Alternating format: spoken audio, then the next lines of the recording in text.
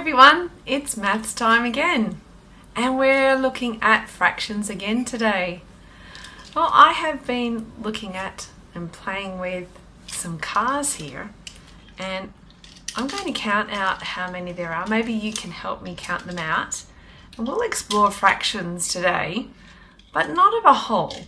We're going to explore fractions of a collection of items. All right, here are my cars. How many do you think there might be? Just have a guess. Someone put their hand up and have a guess. All right, so let's have a check and see.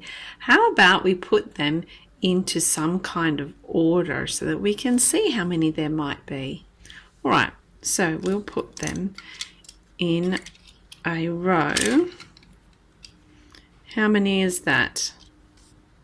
That's right, that's 5. How many would that be? Yes, easier when it's in a collection of items, isn't it, in rows? How many is that? That's right, 15. And then we have one more, makes 16, that's right. So we have 16 cars, or I have 16 cars here. Now, how are we going to split them? Now, if I wanted to split them in half, how many groups would I need? How many would I need in each group? Have a guess. All right, so that's your guess. Good. Now, I'm going to put them into 2 rows now, and let's see, you might think it might be better to put them in groups, but I haven't got that much room. So I'm going to share them out. Look what I'm doing. I'm sharing them out. So I go 1, 2, 1, 2. A bit like when we have sports teams sometimes. 1, 2. We split into 2 teams. So that's basically what I'm doing with my collection of items. I'm putting them into 2 groups. Now, you've done this before a lot with your multiplication and division, putting them into 2 groups, putting them into different groups. Here we are splitting our whole collection of how many items? That's right, 16. So I wonder how many people actually got that. I didn't ask you that. 16. I hope you were able to, somebody to guess that. So we've got 2. We've split it into 2. How many are in each group? That's right. There are 8. 2, 4, 6, 8. And they are exactly the same on the other side. 2, 4, 6, 8. Now, when we have things that are exactly the same number, what word can you think of that starts with E? Equal, that's right. So we are looking for the equal on this side as there are on this side. We're not splitting a whole, we are splitting a collection of items. Now, we could also split it in different ways besides in half, couldn't we? We're splitting these into 2 parts, which would make this half of my collection and this the other half of my collection. What other ways could we split these into groups? Have a go, pause the video and see if you can, either in groups or as a class, or just pause the video and someone say, what is your suggestion of other ways that we could split this whole collection? Well, you came up with some fantastic ideas. I wonder, did anyone say splitting it into 4 as an option? Because we have been looking at splitting into 2 groups to make half. The next one might be splitting it into quarter that we've looked at. Now, there are definitely other options, and you'll probably be quite right. So if I was to split it into 4, how many groups would I need to split them into? 4, that's right. So here's 1, here's 2, here's 3, and here's 4. So I would then share them out. 1, 2, 3, 4.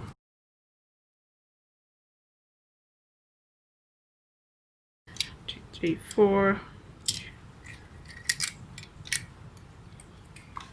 Until they're all gone. Now, how many, we'll better put those where you can see them. How many are there in each group?